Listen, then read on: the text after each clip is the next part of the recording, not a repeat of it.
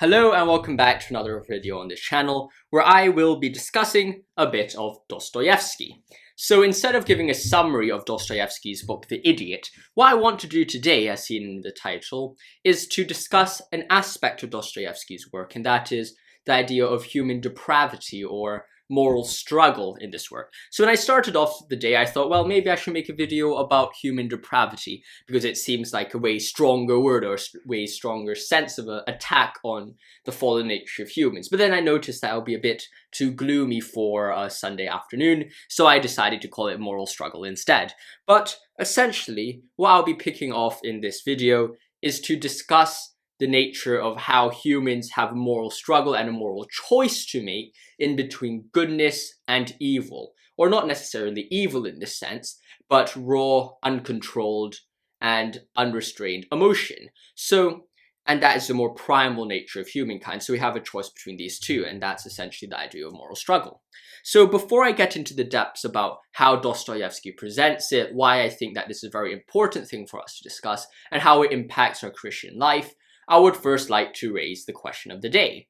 And in this sense, it's going to be questions of the day, because not only am I going to be raising one question, I'm actually raising three, depending on who it is aimed towards. So the question is this: for those who have already read Dostoyevsky, what is your favorite Dostoyevsky novel? Is it The Idiot, Crime and Punishment, Brothers Karamazov? What is your favorite? To me, my favorite book is undeniably The Idiot. Although it's not perhaps his best written work per se, it has impacted my life the most out of all his works I've read, and it has been really helpful. Now the second question is, for those who haven't read Dostoyevsky, which book are you planning to read? Is it The Idiot or something else? To me, if I was going to recommend a book to read first, I would probably recommend Notes from Underground, because it is relatively shorter than the other works that Dostoyevsky is working on, that he wrote, and it gives a good summary of the existential crisis and the existential movement. It's normally referred to as perhaps the first existentialist novel out there. Now, that's the second question. And now the third question is, well, if you have not read Dostoyevsky and are not planning to read Dostoyevsky, why aren't you reading Dostoyevsky? And I'm really curious about that, because to me, Dostoyevsky is perhaps one of my favorite writers, and I would love to share the love and writings of Dostoyevsky with all of you. So if you want to answer any of these questions, feel free to answer that in the comment section below. It helps this channel grow, and it also helps build the community on this channel. And I'm very curious about your views on Dostoyevsky. So with this question of the day section out of the way, let us get right into the meatier content of this video, and that is human depravity. And it's a very dark topic, but I think it's a very important one for us to cover. So essentially, how Dostoyevsky presents this topic is by raising two polar opposites and humans' choice in between. On one side of the spectrum, we have Myshkin in The Idiot, his longer name is Lev Nikolaevich Myshkin. I probably completely butchered it, but that's his longer name. And we have Rogozhin on the other side.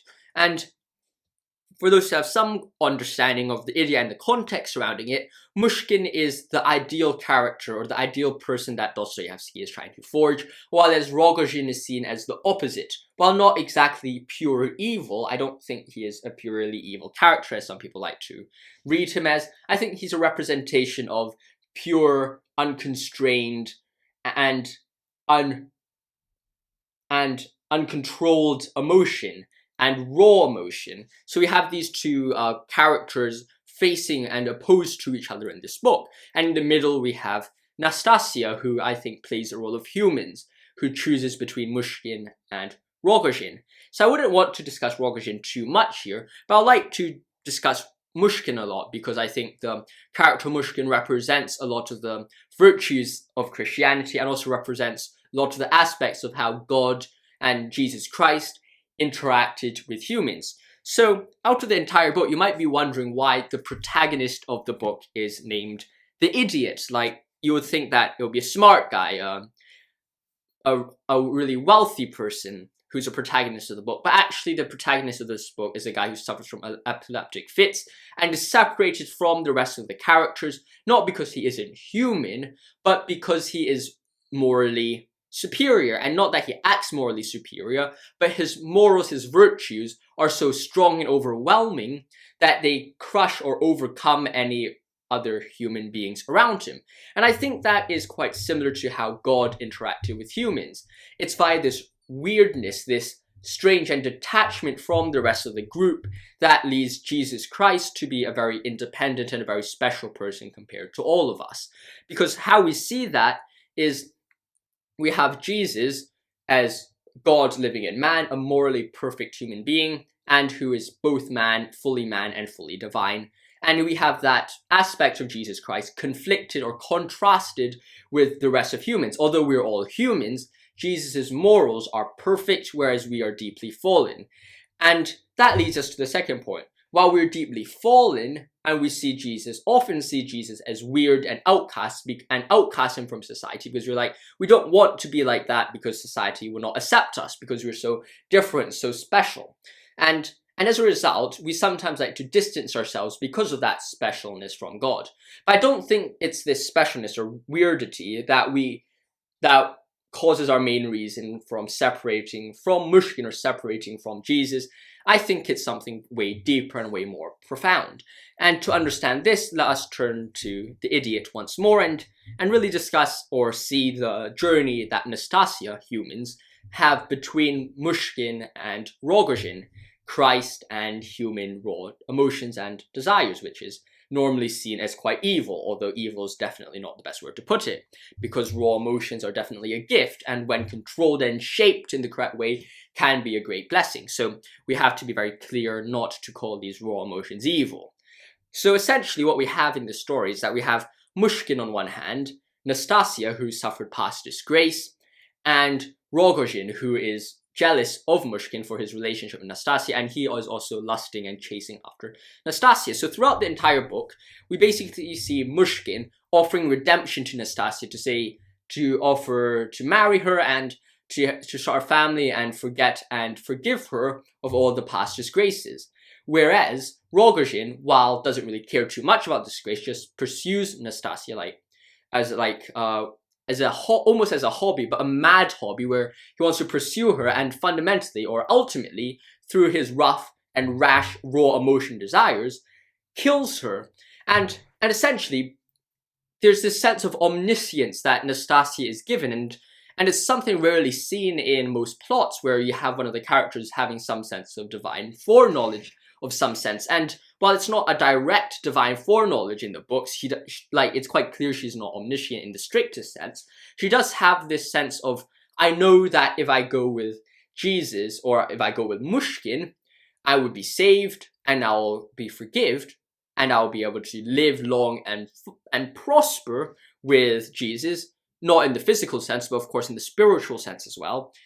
She also knows that if she goes with Rogozhin, she will die, or at least whether you take die as a physical sense or a spiritual sense, you see that if she chooses Rogozhin, she's essentially choosing death in the broadest sense of the word. And throughout the entire book, we see Nastasia turning from Myshkin to Rogozhin, from Rogozhin to Myshkin.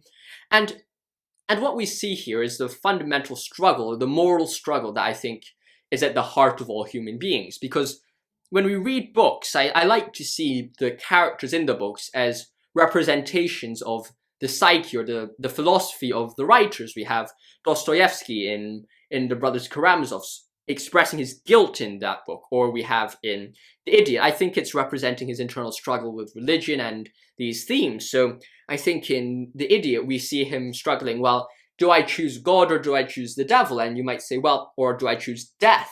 And you might say, well, isn't it very clear that we'll all choose Jesus or we all choose Christ? But I think we soon see that that is not exactly what happens. In fact, a lot of the times, people would accept the existence of God, see the forgiveness in front of them, but would deny that forgiveness and turn towards death instead. And you might say, well, these people are acting irrationally, but I don't think they're necessarily acting irrationally. In fact, I would say they're actually acting quite rationally, and they're not completely misguided, although I do think they're misguided to some extent. And what I fundamentally think here is the idea that we want to reject salvation because we don't think we're worthy of it. And you might say, well, don't we all deserve life? Don't we all deserve to be with God? But then I think that is a very easy way to get rid of the problem, but it doesn't really struggle or wrestle with the actual core thing in the heart of the issue, because it might be very easy to think we deserve life, but then at the same time, we must ask ourselves, well, what did we do to deserve life? Because we were first born before we could do anything, so it seems that we were first given life, something which we didn't deserve, and it was only after we were given life that we could start working and to pay up that debt. But instead of paying up that debt, we've seemed to have constantly made errors, which pushes us from a neutrality, we neither deserve life or deserve death, towards the idea that we deserve death. And this idea is quite clear if we look at Christianity and the Christian message. And we could say, well, humans on theism have fallen greatly from perfection. And though we were never created as perfect beings, we were never created as fallen or absolutely horrid beings as well. We were created with this neutrality. We had the freedom of the will to choose which way we go. And everyone has chosen to fall and move towards the Rogozhin side of things and choose death. And it's essentially this idea that we're choosing death over choosing God that I want to be discussing in this video. And instead of providing a direct response or a direct clear-cut answer, because I think that's almost impossible, because this is in fact the human predicament. We're all struggling with this choice every single day of our lives, regardless of if you're a Christian or you're an atheist or whatever you are. You're choosing between God and the death, the Rogozhin of the story. Essentially, what I want to say is that, well, this is a time where you need great faith and you need to accept it. There's this sense of simple acceptance-ness that is required for someone to choose God over the emotions. And you may say, well, I'm just calling everyone to believe in things irrationally, but that's far from what I'm saying right now, because let's turn to the idiot once again for a moment. We look at Myshkin. He is a very innocent person, not in the sense that he doesn't understand other people, but more in the sense that he's willing to forgive no matter how bad people have hurted him. And a good example of this was when Rogozhin almost kills him, and actually does attempt to kill him.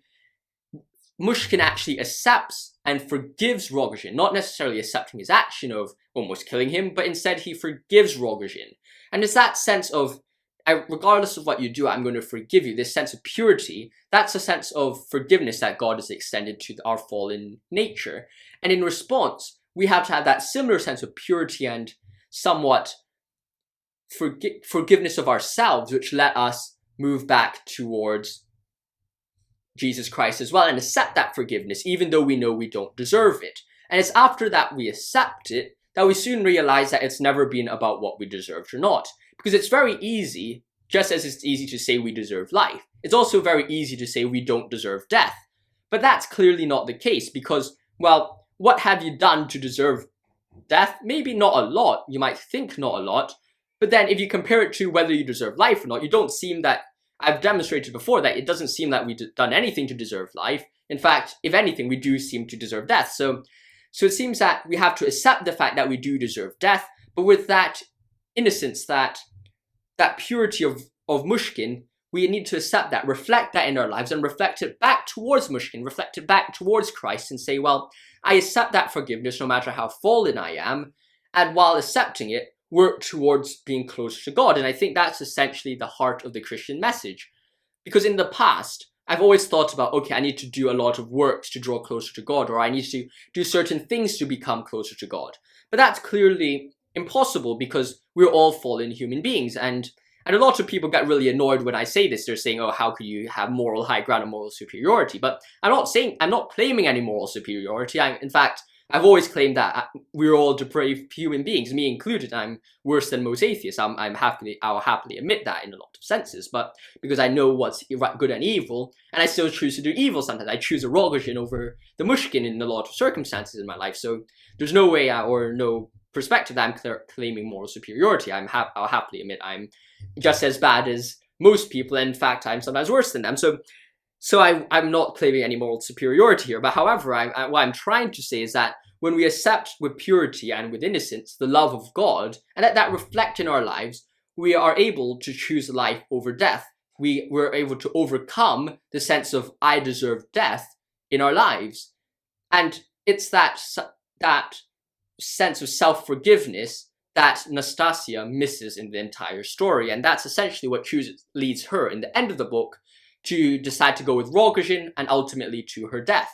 So while I do understand that this discussion might not have been the most clearest to you about exactly what I'm talking about, because I do think it is a very vague and very subtle point that I want to make, but I think it's a very important one as well, and I hope you've understood it. If you haven't understood it, I'll happily discuss this with you in the comments or send me an email, because I really, if you're interested in Dostoyevsky, I'll always love to discuss these things with you. If you disagree with anything or disagree with my interpretation of the idiot, feel free to let me know. I'd love to have that discussion as well.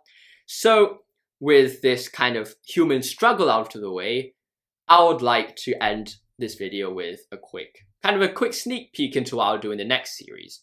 Essentially, what I'll be doing in the next series is starting the Infinity Onion. And it will actually be quite a long series, in the sense that the videos themselves will be very long.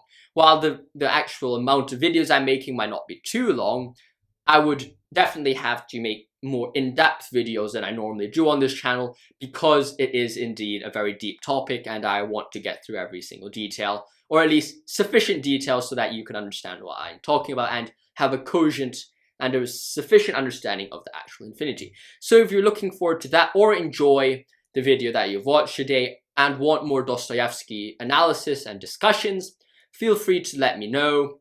I'll try to suit those suggestions to the best of my ability. If you're looking forward to anything in the future about the Infinity, or you like this video, as I've said, make sure you like and subscribe. It means a lot to me, really helps this channel grow. And without further ado, have a great week, stay safe, God bless, and thank you for watching. Goodbye.